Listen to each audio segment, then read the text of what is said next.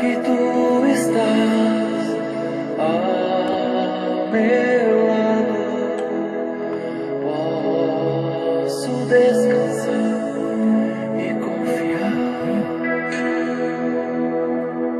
Pelos vales, nem sei estar sozinho, mas a tua mão me alcançou. No silêncio, você me ensinou a seguir em paz, sem duvidar. Sei que tu estás ao meu lado, posso descansar e confiar. Pelos vales, sem sei estar sozinho, mas a tua mão me alcançou. No silêncio, você me ensinou a seguir em paz, sem duvidar, sem duvidar.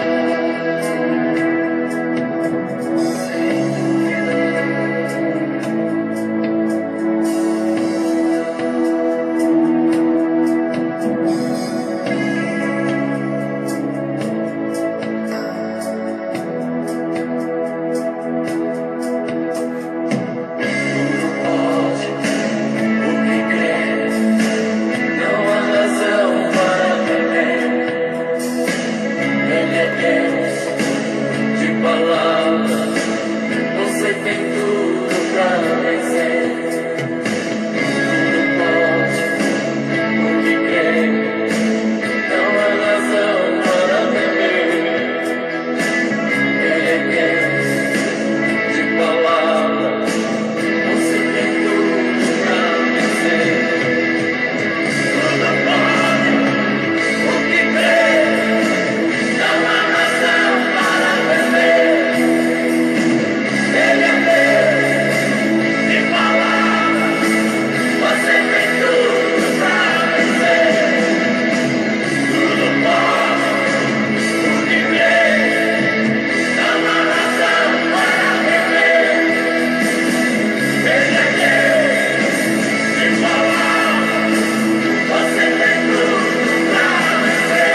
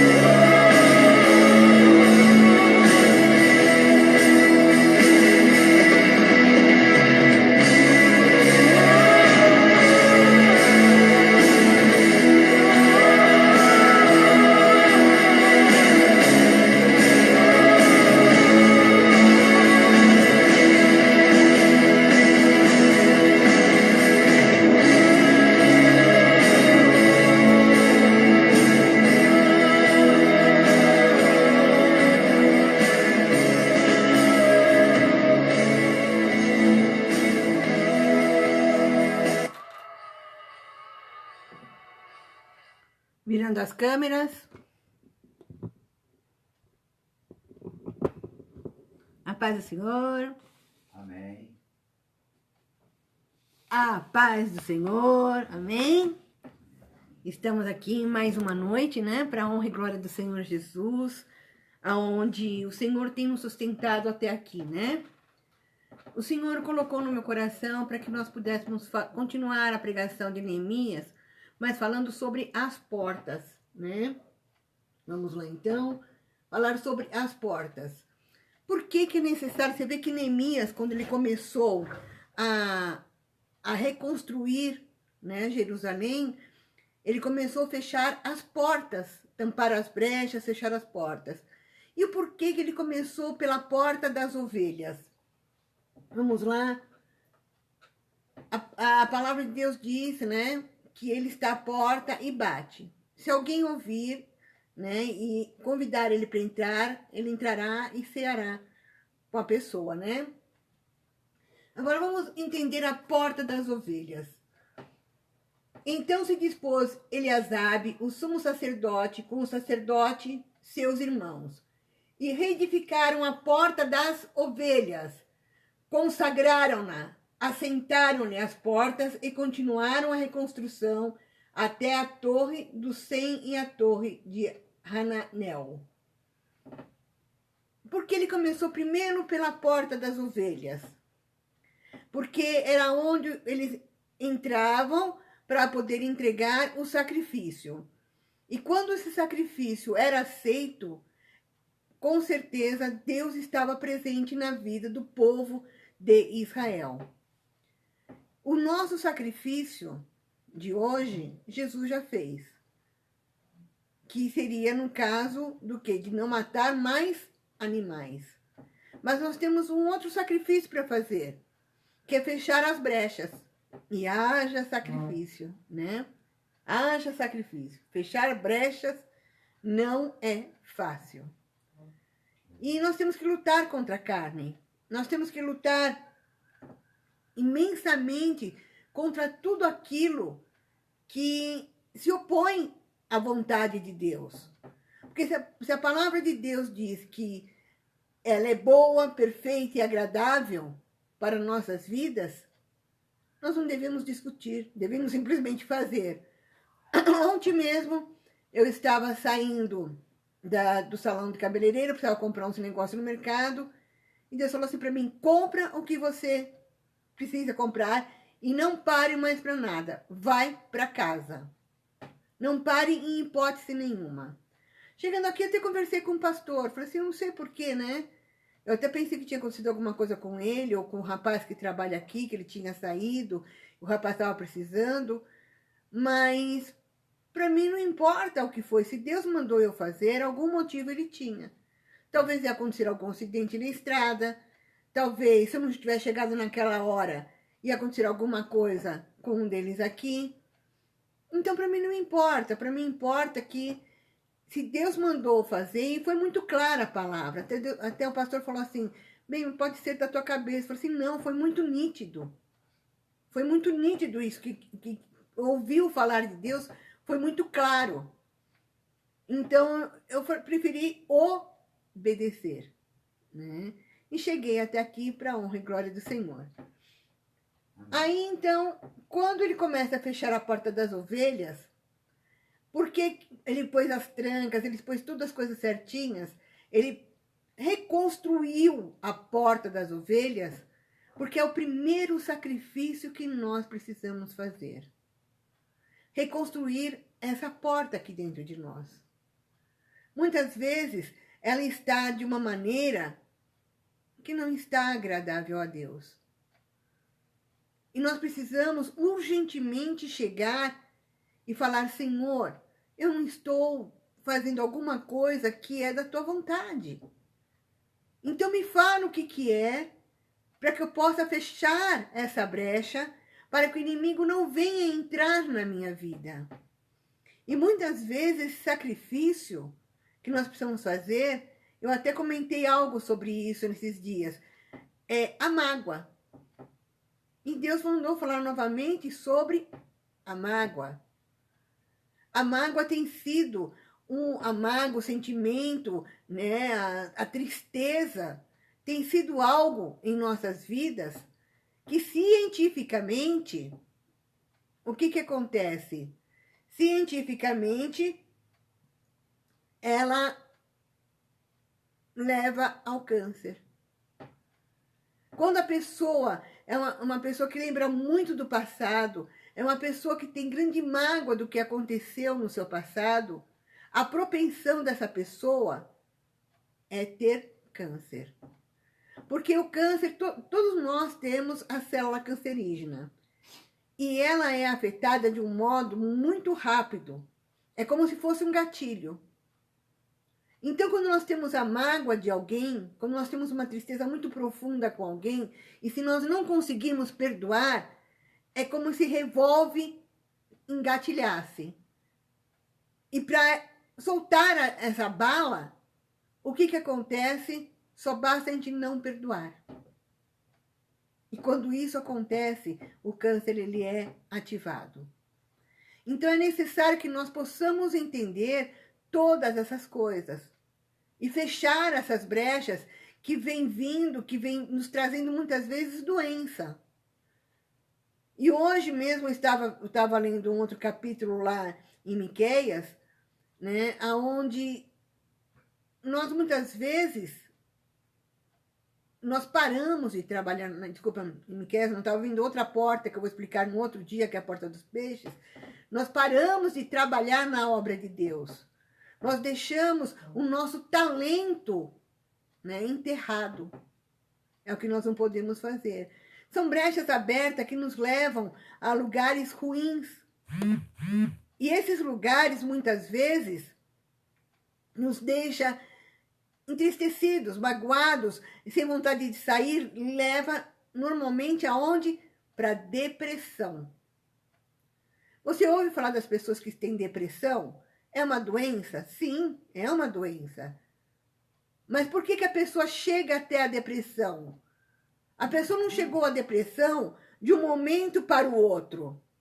A pessoa chega à depressão porque vai juntando uma coisinha aqui, uma coisinha ali, uma coisinha lá.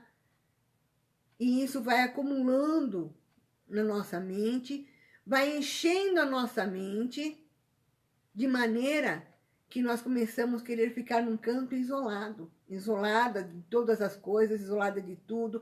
E quando nós queremos ficar isolados do mundo, começa a vir a tensão, porque a gente não tem com quem conversar. Então nós começamos a ficar presos. E isso faz com que o nosso corpo comece a doer. Lógico que existem outros campos que também fazem com que a pessoa sinta dores, né? Mas normalmente as doenças são psicossomáticas. E normalmente são por falta de alguma substância no nosso corpo. Por exemplo, a falta de sol.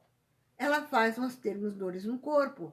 E depois ela vai se ajuntando de uma tal forma aonde cada dia fica mais difícil, mais e mais difícil a gente poder chegar e não depender mais dessa doença.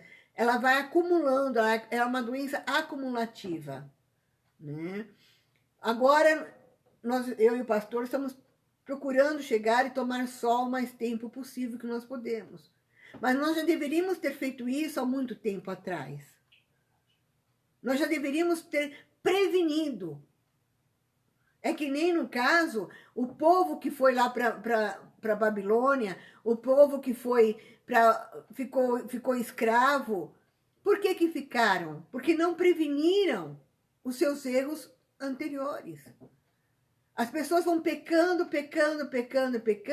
e de uma forma ou de outra, ela se torna o quê? Prisioneira, escrava de uma doença, escrava de um vício, escravo de um amor. Por exemplo, tem pessoas que o sacrifício dela tem que chegar e ser, vamos supor, eu não vou viver com uma pessoa do mundo. Eu não vou me influenciar com uma pessoa que não tem compromisso com Deus. Mas ela não consegue. E esse sacrifício que ela tem que fazer para Deus, ela fala assim, não, Senhor, se a tua palavra falou para mim que eu não posso me misturar com trevas, eu não vou me misturar com trevas. Acaba se casando com pessoas que não têm compromisso com Deus e acaba sofrendo posteriormente. Mas a carne pede isso, porque quem conheceu o sexo anteriormente, quem conheceu uma relação anteriormente, ela vai sempre necessitar daquilo. E isso vai fazer ela uma pessoa escrava. E isso é um sacrifício que nós devemos chegar e fechar essa porta. Para que esse sacrifício ele seja agradável ao Senhor. Essa brecha ela tem que ser fechada. E eu vejo muitas pessoas, jovens muitas vezes, querendo chegar, porque eu amo esse homem, porque esse homem, ela decidiu amar. Não foi um amor que Deus colocou no coração dela. Não foi um amor que Deus colocou no coração dele. Aí quando se casam, não foi Deus que uniu. Como eu posso afirmar que foi Deus que uniu um casamento que já começou errado? Deus pode reverter uma situação? Sim, eu creio que pode. Mas vai ser muito mais doloroso, vai ser muito mais sacrificoso.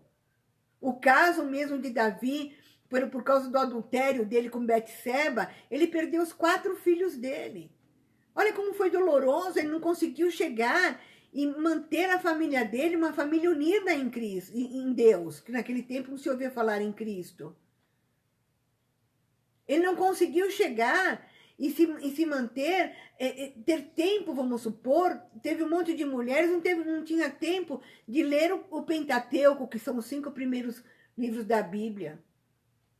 E nisso ele errou profundamente quando mandou buscar a arca com um carro de bois. E assim são nossas vidas quando nós não fechamos essas portas, quando nós não fechamos primeiro a porta das ovelhas. A porta de nós levarmos o sacrifício para Deus. São brechas que posteriormente vai ter consequências e consequências e consequências. O que um jovem de 13 anos começa a namorar? Vai poder casar daqui 2 anos? Não, vai se abrasar. E quando se abrasa, o que acontece? Acabam indo para a cama, porque já tem uma maldição hereditária anterior, que os demônios já estão ali para que toda a família se perca. Porque não conseguiu fechar a porta das ovelhas e levar o sacrifício, a ovelha, lá para dentro. Não conseguiu trazer Jesus para dentro de si. Não conseguiu falar assim, não, Senhor, não compensa eu chegar e ficar e namorar agora. Não compensa agora, Senhor, eu viver nessa vida, porque eu vou ter tempo suficiente aos meus 18, 19 anos, eu vou poder começar a namorar, o Senhor vai me apresentar uma pessoa que o Senhor vai colocar no meu coração que esse é o verdadeiro amor. Então, quando a pessoa não fecha essa porta, ela também tem problema. Não fecha essa brecha, ela tem problema. Então, nós temos que lacrar essas brechas. Lacrar de uma maneira onde o demônio não vai entrar. Porque se você seguir realmente aquilo que Deus tem para a tua vida, aquilo que Deus tem para a tua família, as coisas vão mudar. Mudou para mim. Se mudou para mim, muda para você. Só basta você crer. Só basta você fazer esse sacrifício. Nós vemos aqui, olha só como são as coisas. Hoje eu estou até mais interessada em falar mais a palavra do que em orar, porque Deus colocou muito forte no meu coração isso. Dessas portas que devem ser fechadas, dessas brechas que devem ser fechadas. Olha só. Essa porta das ovelhas era um templo que tinha lá no templo, onde as pessoas entravam para poder chegar. E lá tinha um tanque chamado Betesda, né? Que era casa de misericórdia. Betesda significa casa de misericórdia. Então, lá tinha esse tanque, onde as pessoas entravam, quando mexia as águas, a primeira pessoa que pulasse lá dentro, ela era curada. Aí a palavra diz lá em João 5:1, passadas essas coisas, havia uma festa dos judeus, e Jesus subiu para Jerusalém. Ora, existe ali, junto à porta das ovelhas, junto à porta da onde? Das ovelhas, por onde Jesus entraria, porque ele era a ovelha, que mais tarde seria o sacrifício. Um tanque chamado em hebraico Betesda, que significa casa de misericórdia, a qual tem 5 pavilhões. Neste jazia uma multidão de enfermos, cegos, coxos e paralíticos, esperando que se movesse a água, porquanto o anjo descia certo tempo, agitando-a, e o primeiro que entrava no tanque, uma vez agitada, a água sarava de qualquer doença que tivesse. Entrava pela porta das ovelhas, ali tinha um tanque chamado Casa de Misericórdia. Jesus entrou por lá e ele era a própria misericórdia. Estava ali um homem enfermo há 38 anos. Jesus, vendo deitado e sabendo que estava ali há muito tempo, perguntou-lhe: queres ser curado? Olha só que coisa interessante. Aquele homem estava esperando para poder chegar e ser curado. E Jesus ainda pergunta para ele: quer ser curado? Você quer ser curado? Mas por que Jesus, sabendo a resposta, perguntou? Porque ele quer ouvir da tua boca. Ele sendo a ovelha entrando por ali, ele queria ouvir da boca daquele homem que já estava há 38 anos enfermo. Respondeu-lhe o enfermo: Senhor, não tenho ninguém que me ponha no tanque quando a água é agitada, pois enquanto eu vou, desce outro antes de mim. Então lhe disse Jesus: levanta, toma o teu leito e anda. Imediatamente o homem se viu curado e, tomando o leite, pôs-se a andar. Mas você vê que outra coisa louca? Que aquele homem tinha que seguir Jesus? Levanta e anda. Ele podia falar assim: mas Jesus, eu estou aqui. Eu preciso na água. Quem em si vai me jogar na água? Ele não perguntou, ele não questionou. E tem pessoas que vivem questionando a ovelha, vivem questionando o sacrifício de Jesus. Por que Jesus teve que chegar e morrer daquele jeito? Por que Jesus teve que andar daquela maneira? Por que Jesus... Por quê? Ao invés de simplesmente receber a palavra. Se a pessoa não recebe a palavra, não recebe a promessa, dificilmente ela vai ser curada. E aquele dia era sábado. Nós sabemos que os judeus, eles não fazem nada de sábado, nada. Por isso disseram os judeus ao que fora curado: hoje é sábado, não te é lícito carregar o leito, porque ele pegou o leito para levar embora.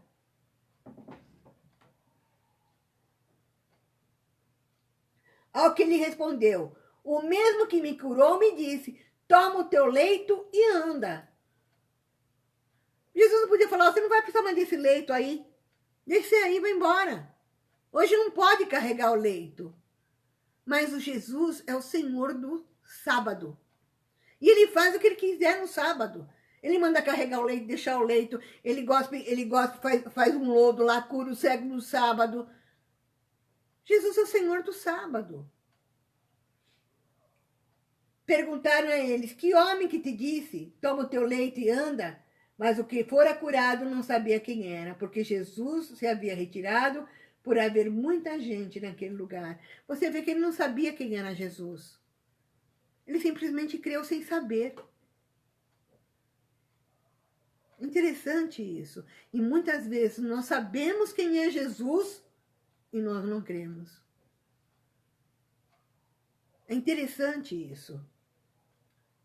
Mais tarde, Jesus encontrou no templo e lhe disse: olha que já estás curado. Mas ele diz uma coisa para aquele homem: não peques mais, para que não te suceda coisa pior.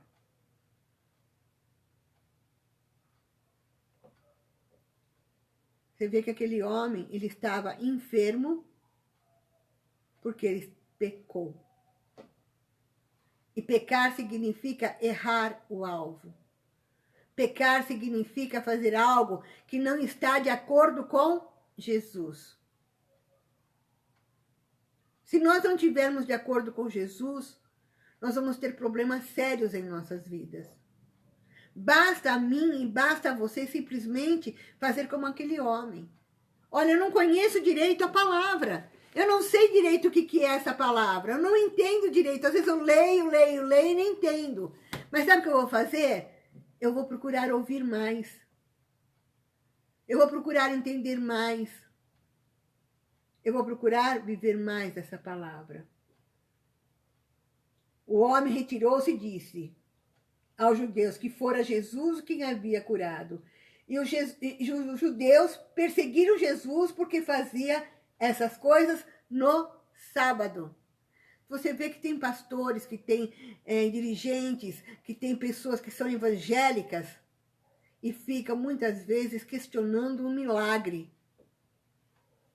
Não pode ser bem assim, não pode ser bem assado, não é desse jeito, é daquele jeito. Mas como que pode Jesus fazer dessa maneira? Como que pode Jesus fazer daquela maneira? Aquela mulher era uma pecadora, aquela mulher, como que pode Jesus deixar, como o pastor pregou esses dias? Como pode ele aceitar que essa mulher, uma pecadora, faça isso com ele, derrame bálsamo nele, enxuga os cabelos, enxuga os pés deles com o cabelo dela? E muitas vezes as pessoas não entendem e acaba ficando doente. Porque a pessoa questiona muito, a pessoa fala muito. A pessoa começa a questionar por que criança morre, por que criança tem câncer, por que criança tem isso, por que criança tem aquilo, por que essa criança está sofrendo por isso, por que essa criança foi estuprada. As pessoas questionam demais, esquecendo que existe um autor e consumador da fé, que um dia vai pôr fim em todas essas coisas. Porque muito mais que isso, Jesus sofreu. Ele só não foi estuprado, mas ele foi dilacerado. Sabe o que é dilacerado? A pele dele separou-se uma da pele da outra, a ponto de chegar a mostrar os ossos, mostrar tudo o que ele tinha ali atrás. Na frente, nos braços. Porque a palavra fala, ele foi oprimido e humilhado, mas não abriu a boca, como o cordeiro foi levado ao matadouro, e como ovelha muda perante aos seus tosqueadores. Você vê que esses próprios judeus, os próprios povo de Jesus, chegou e fez o quê? Conhecendo todinho, não adianta muitas vezes a pessoa conhecer isso, ser o maior teólogo, se ele não entender os propósitos de Deus. Não adianta a pessoa ter cursos de teologia e não entender os propósitos de Deus. Pois a pessoa que me convenceu, não estou falando que a pessoa não deve estudar, mas eu estou falando que a pessoa que me convenceu sobre Cristo, ela não sabia nem ler direito. Era a irmã Socorro. Eu devo muito a ela. Muitas vezes ela não sabia ler direito, ela pedia para mim ler para ela. Ela não sabia o que era fariseu, mas ela ia atrás para saber quem era, para poder me explicar quem era o fariseu. Então não adianta curso de teologia, se nós não tivermos amor no nosso coração e não entendermos que nós temos que fechar as brechas para que Jesus possa chegar e mudar a nossa vida. Muitas vezes nós estamos doentes porque nós não ouvimos a voz do Senhor, independente de ser pecado ou não. E ele não abriu a boca. As coisas estão acontecendo. Você sabe que as coisas estão acontecendo? Você sabe o que significa isso? Israel pousou pela primeira vez, depois de tantos anos, não sei depois de quantos anos, um avião na Arábia. Sabe o que significa isso? Você não tem estudado. E muitas vezes você não entende a Bíblia porque você não quer ouvir, as pessoas não querem ouvir. Então sabe o que acontece? As pessoas ficam sem entender. Qual o significado de Israel estar lá no território árabe? É tudo dito pela Bíblia. Eu não vou entrar nesse mérito hoje, mas eu vou te dizer, ouça a voz do Espírito Santo de Deus hoje. Ouça a voz daquele que um dia te deu a palavra, que todos aqueles que aceitarem Jesus como o único e Senhor Salvador de sua vida, estaria na vida eterna com Ele. Aquele que, além de aceitar Jesus, obedece ao Senhor Jesus. Creia que Deus tem o melhor para a tua vida. Hoje eu vou fazer uma oração diferente. Não precisa ser uma oração longa para que Deus atenda. Não precisa ser uma oração com palavras lindas, maravilhosas para que Deus atenda. Basta ser uma oração feita de coração. Declara assim comigo agora. Senhor, meu Deus e meu Pai, eu quero que a partir de hoje, todas as brechas da minha vida sejam fechadas. As mágoas, as raivas, os desconcertos com outras pessoas, minha dificuldade de entender a tua direção, eu peço perdão. Eu fecho essa brecha das críticas, dos porquês da tua pessoa. Hoje, eu quero fechar as brechas. Assim como Neemias construiu primeiro a porta das ovelhas, eu estou agora construindo o meu sacrifício de dizer não à minha carne. Eu sacrifico a minha carne em favor de ti. Porque eu sei que somente Jesus, que fez o sacrifício para poder me perdoar.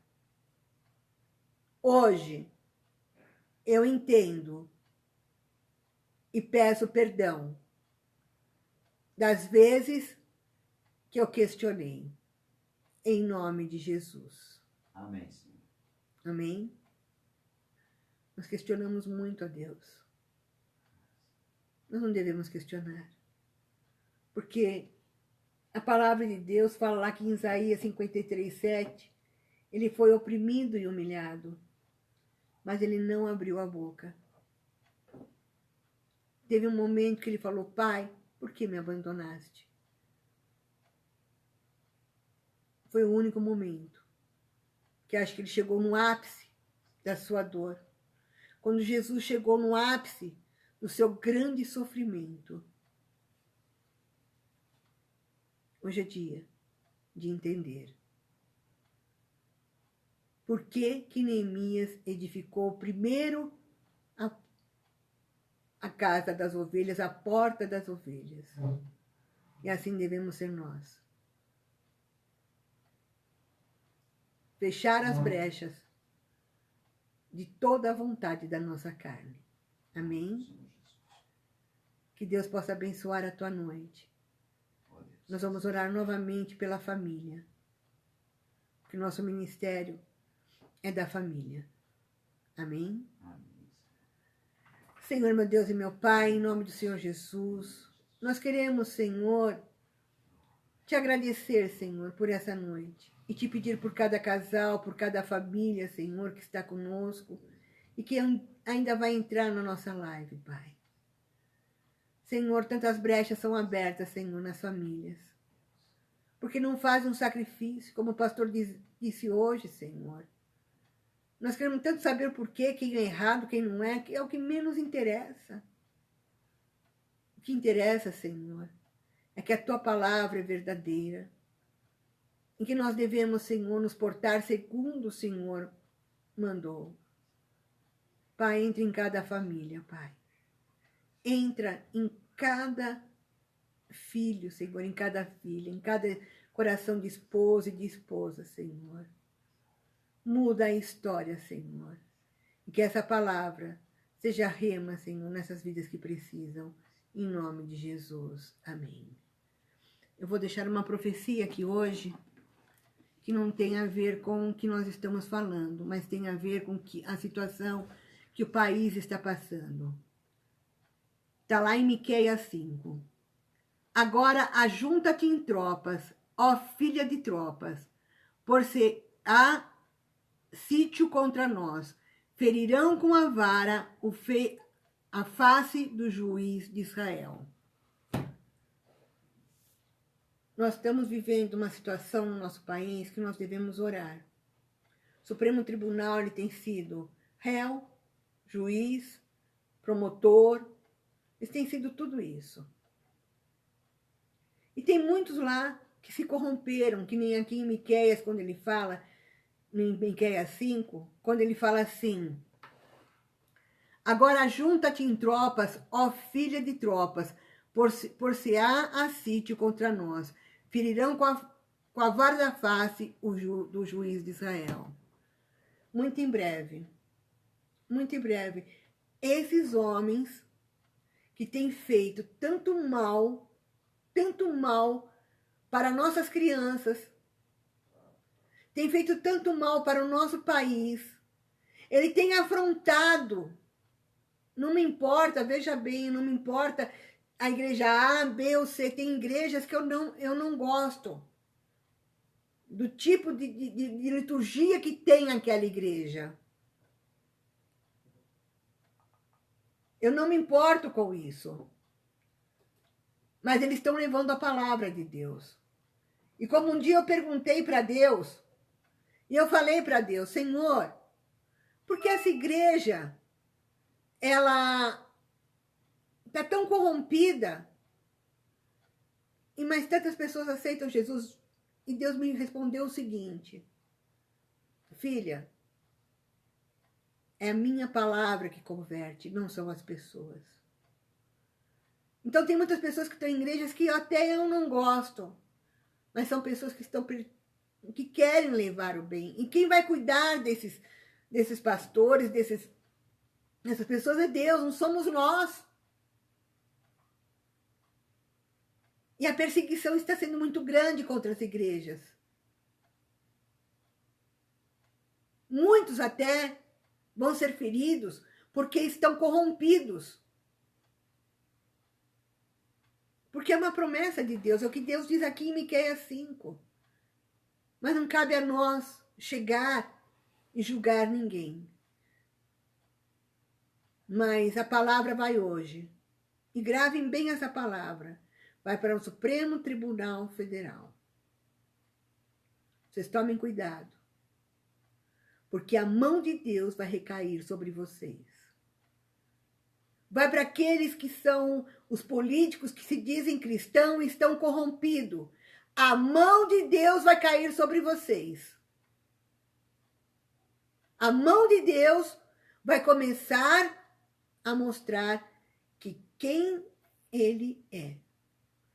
Vocês, muitas vezes, têm feito crianças chorarem. Vocês têm feito pessoas sofrerem, sem hospitais. Vocês têm feito crianças abortarem. Vocês tomem cuidado, porque muito em breve o Senhor virá com juízo contra todos esses que se dizem cristãos e estão corrompidos.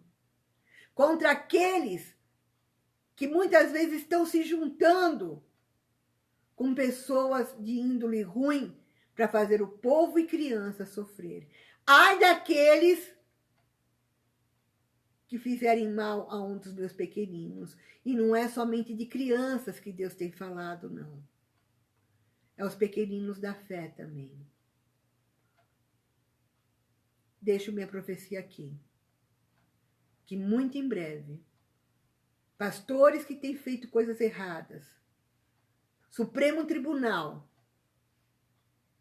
muito em breve, Deus porá a mão sobre a vida de cada um e o nome de Deus vai ser glorificado. Amém? Amém, Senhor. Que Deus abençoe vocês e até amanhã, né? E com certeza amanhã nós vamos ter uma festinha do nosso Davi, né?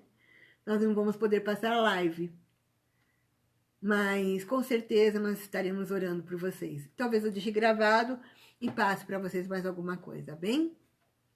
Um beijo. Amém.